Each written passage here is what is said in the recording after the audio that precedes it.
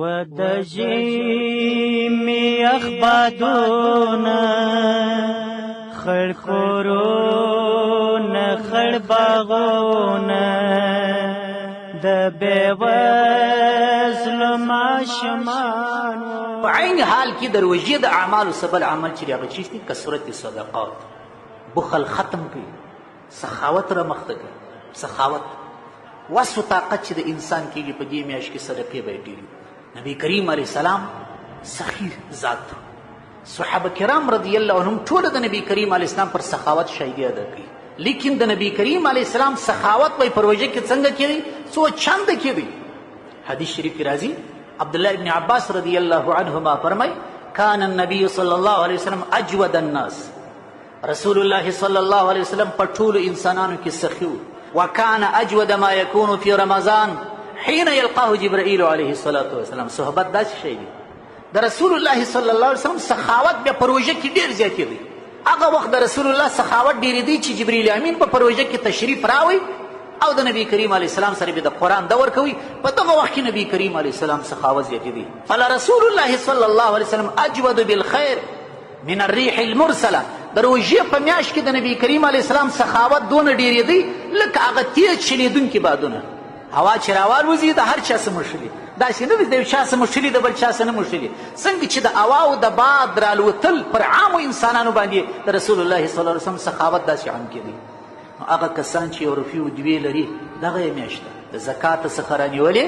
بیا راځه تر صدقې پورې بعضې کسان یې صرف یې روژې ته زکات رامخته کړي حضرت علي رضی الله عنه فرمایي ای د دنیا خاوندانو ای د پیسو خاوندانو واورئ یوازې ستاسې په سرمایو کې زکات نه دی د زکات څخه علاوه نور هم د دې فقیرانو مسکینانو حق ستاسې په سرمایو کې موجود دی نبی کریم علیه السلام تجارانو ته خطاب وکړي د دې تجارانو کاروبار والا نوم پخوا سماسره و نبی کریم علیه السلام ښایسته نوم پرکښې ښه ای د تجارانو ټولۍ ستاسې کاروبار ته چې زه ګورم څه خلط و ملط پکښې دی څه غش و درغلي پکښې معلومېږي ای د تجارانو ټولۍ ستاسې په کاروبار کې څه مشکل سته که غواړئ چې خپل کاروبار پاک کړي واخلي دا خپل سرمایه په صدقې پاکې کړي دا مطلب نه دی چې څوک د سود کاروبار کوي بیا خیرات کوي دا مطلب نه دی کاروبار صفا دی لیکن بیا د انسان سره یو غلطي کېږي یو سهو پکښې کېږي زموږ ستاسې ملک یو مخ غربت وهلی دا اوس په دې ټولنه کې به څونه انسانان دي کونډیان یتیمان مسکینان دی بدر خاک بسر دغه میاشت دغه چا چې په دغه میاشت کې نفلي عبادت وکړي الله عز وجل یې په فرضي ځینې قبلوي چا چې یوه فریضه په دې میاشت کې پر ځای کړه کانه کمن ادا 70 فریضة فیما سوا دا داسې دي لکه په بلې میاشت کې چې 80 فریضې ادا کړي نفلي عمل الله عز وجل په چیش باندې اړوي هغه په فرضي باندې اړوي نو کثرت صدقات دا بل خصوصیت د دې میاشتې دی دا د دې میاشتې اعمال دي عموما انسان هر وخت باید صدقه و خیرات وکړي لیکن په دې میاشت کې صدقه و خیرات باید وسي په دغه میاشت کې انسان خپل بد خویونه څه کړي ختم کړي یو بد خوی چې په موږ تاسو کې موجود دی هغه چیش دی بخل دی په سخاوت سره بخل ختمیږي په صدقې سره بخل ختمیږي هغه خو لا څه کوي چې الصدقه تطفئ الغضب چاته چې خدای عز وجل په قهر سي د الله عز وجل قهر چې وي صدقه وکړه د الله عز وجل قهر سړېږي او صدقه چې د بلاوې ردوي مصیبتونه ردوي دا د صدقات میاشت وهو شهر المواسات حدیث شریف کې راځي دا د همدردۍ میاشت ده دا د همدردۍ میاشت د روژې په حکمتو کې یو حکمت دغه لیکلی دی چې دنیادار او سرمایهدار او خانان الله پاک خبروي چې راسي روژه ونیسئ روژه چې دوی ونیسي لوږه باندې راسي تنده باندې راسي الله وایي دغه د مسکین حالت دی پر تا مې 10 شپې راوستي طاقت یې نه لرې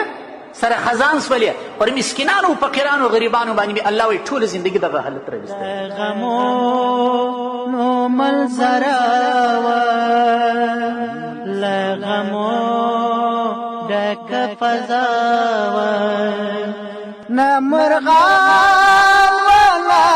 چغو کې تورې وې تورې زمکې یو اسمان لا ډېر غمه پر وهاله ډېرې خوږې چې غریب و اغسته لبل چا پات زړو کې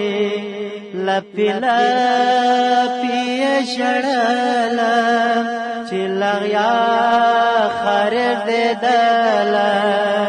و د ژمي اخبار وادونا خړ کورونه خړ باغونه د بېوزلو ماشومان وو لطف پښې